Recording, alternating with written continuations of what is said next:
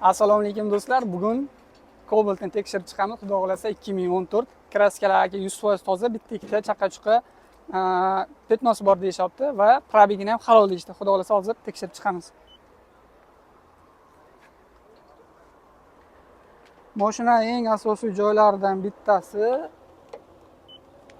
116 toza. Krelosida bo'ladi mana shu burchaklarida. 110. Bu odatda 80 dan 140 atrofigacha bo'ladi. Toza.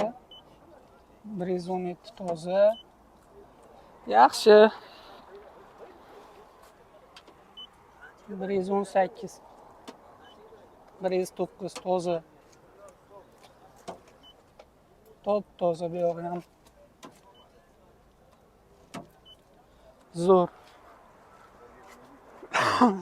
Kapotini ko'ramiz. 117.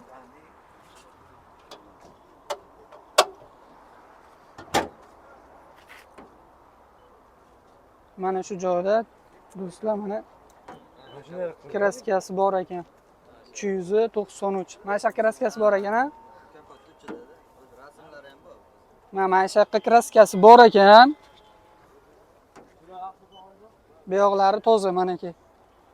Faqat mana shu uchida bor ekan.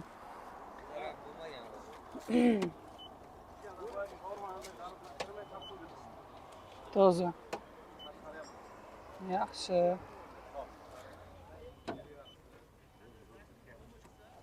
Top toza. Xullas do'stlar, mashinani tekshirib chiqamiz. Faqatgina kapotida borgan, qolgan joylarni yana bir sidar ko'rib chiqamiz. 103. Yaxshi. 83. 98. 112. Mashina top toza jigarli. 90 107 chiqibdi. Kapotini ko'ramiz. 112.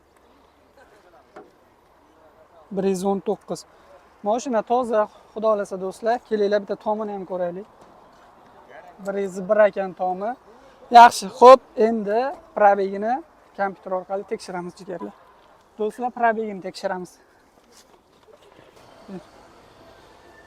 Kompyuterda 302 ming, bu yerda esa 153 ming jigarlar.